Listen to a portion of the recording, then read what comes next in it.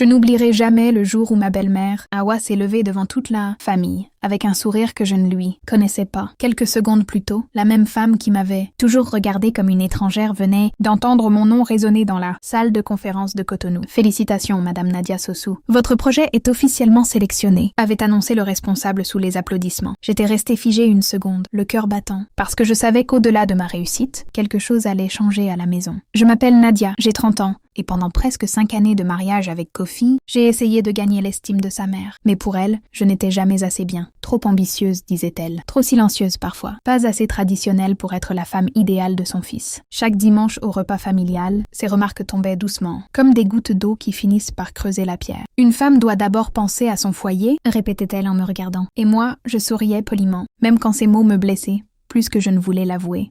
Pourtant, ce matin-là, tout avait basculé.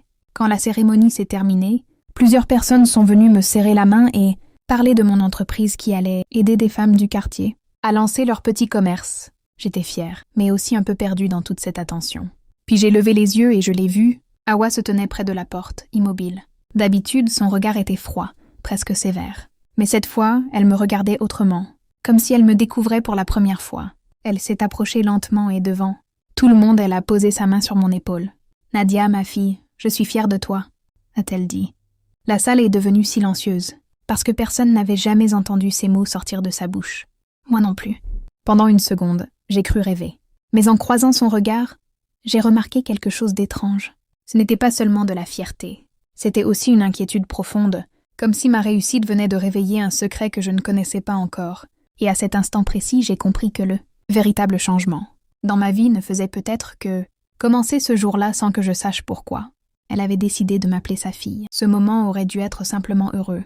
Mais le regard d'Awa continuait de me troubler. Sur le chemin du retour, dans la voiture, Kofi conduisait en silence tandis que sa mère était assise à l'arrière avec moi. C'était étrange, parce que d'habitude, elle profitait toujours de ses trajets pour rappeler ce qu'elle pensait de ma manière de gérer la maison ou de mon travail. Mais ce jour-là, elle restait calme, presque attentive.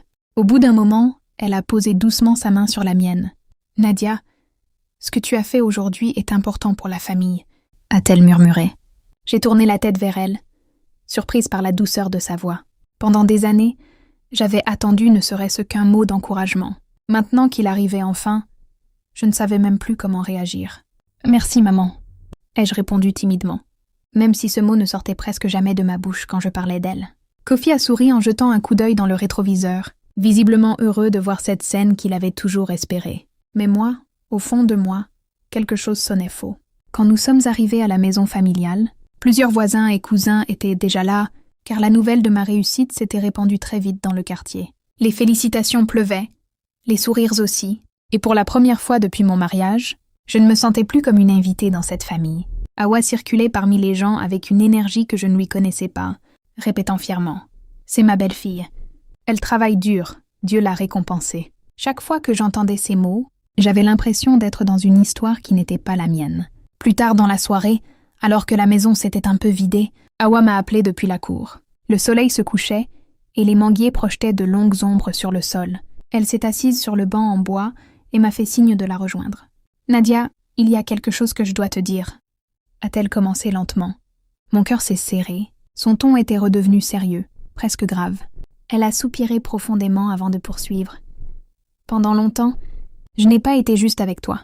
Mais ce que tu viens d'accomplir, ça change beaucoup de choses. » J'allais répondre quand j'ai remarqué que ses yeux se dirigeaient vers la porte de la maison, comme si elle craignait que quelqu'un nous entende. Puis elle s'est penchée légèrement vers moi et a murmuré une phrase qui m'a glacée. « Ta réussite vient de réveiller une vieille histoire que personne ici ne connaît vraiment. Pas même mon fils. » À cet instant précis, j'ai compris que ce qu'elle allait me révéler pourrait bouleverser bien plus que notre relation. Je suis restée immobile sur le banc, le cœur battant, incapable de détourner les yeux du visage d'Awa. Le vent du soir faisait bouger doucement les feuilles du manguier au-dessus de nous, et pour la première fois depuis que je la connaissais, ma belle-mère semblait hésiter à parler. « Quelle histoire ?» ai-je demandé à voix basse, presque malgré moi.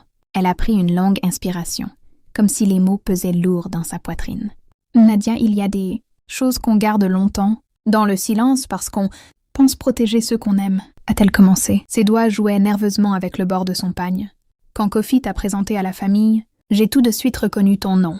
J'ai froncé les sourcils. Mon nom? Cela n'avait jamais rien de particulier. Je venais d'une famille simple de Porto Novo, connue seulement de nos voisins et de quelques commerçants du marché. Tu veux dire Sosu? Ai-je demandé. Elle a hoché lentement la tête. Oui, Sosu. Son regard s'est perdu un instant vers la maison, où j'entendais les voix lointaines de Kofi et de quelques cousins encore présents. Puis elle s'est penchée vers moi. Il y a plus de 20 ans, ton père et mon mari travaillaient ensemble sur un projet très important pour le village de mon enfance. Ils étaient ennemis, presque comme des frères. Mon cœur s'est serré à l'évocation de mon père. Il était décédé quelques années plus tôt, emportant avec lui beaucoup de souvenirs que je n'avais jamais eu le temps de comprendre. Mais un jour, quelque chose s'est passé, l'a poursuivi Awa d'une voix plus basse. Un conflit, une décision difficile. Et leur amitié s'est brisée. J'écoutais en silence, essayant de relier ces mots à ma propre histoire. Mais rien ne semblait s'assembler. Pendant longtemps, j'ai cru que ta famille était responsable de ce qui s'était produit. A-t-elle avoué? C'est pour ça que j'étais si dure avec toi. Ces mots m'ont frappé comme un vent froid. Toutes ces années de regards sévères, de critiques discrètes, tout venait donc d'un passé dont je n'avais jamais entendu parler. Mais aujourd'hui, quand j'ai entendu parler de ton projet et de ce que tu veux faire pour les femmes du quartier, j'ai compris que j'avais peut-être jugé trop vite. A-t-elle ajouté. Je ne savais pas quoi répondre. Une partie de moi voulait comprendre, poser 1000 questions sur mon père, sur ce conflit mystérieux. Mais avant que je puisse ouvrir la bouche, Awa a posé sa main sur mon bras avec une urgence inattendue. « Nadia, il y a encore quelque chose que tu dois savoir », a-t-elle murmuré. Son regard est devenu grave, presque inquiet. « La réussite que tu viens d'annoncer, elle risque de ramener quelqu'un dans nos vies, quelqu'un qui connaît toute cette histoire, et qui n'a jamais vraiment accepté ce qui s'est passé. À cet instant précis, j'ai senti un frisson me parcourir, parce que je comprenais que ce secret n'était peut-être pas encore terminé. Un frisson m'a traversé lorsque j'ai entendu ces mots, et pendant quelques secondes, je n'ai rien trouvé à dire. Le silence de la cour semblait soudain plus lourd, comme si la nuit elle-même attendait la suite de cette révélation. « Qui pourrait revenir ?» ai-je finalement demandé, ma voix à peine plus forte qu'un murmure. Awa a fermé les yeux un instant, puis elle a répondu lentement. « L'ancien associé de ton père et de mon mari, un homme nommé Moussa. » Ce nom ne me disait rien. Pourtant, la manière dont elle l'avait prononcé suffisait à faire naître une inquiétude dans ma poitrine. Après le conflit entre ton père et mon mari, Moussa a disparu du village, a-t-elle expliqué. Mais il connaissait tous les détails du projet qu'ils avaient recommencé ensemble.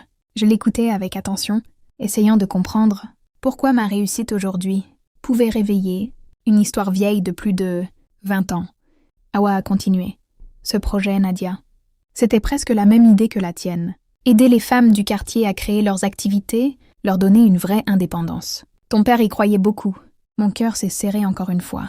Je n'avais jamais su que mon projet ressemblait à un rêve que mon père avait déjà porté autrefois. Mais quelque chose a mal tourné, a ajouté Awa. Une mauvaise décision, des malentendus, et tout s'est arrêté. Ton père et mon mari ne se sont plus jamais parlé. J'ai baissé les yeux vers le sol poussiéreux de la cour, essayant d'imaginer mon père dans cette histoire inconnue. Et Moussa? Ai-je demandé. Awa a soupiré.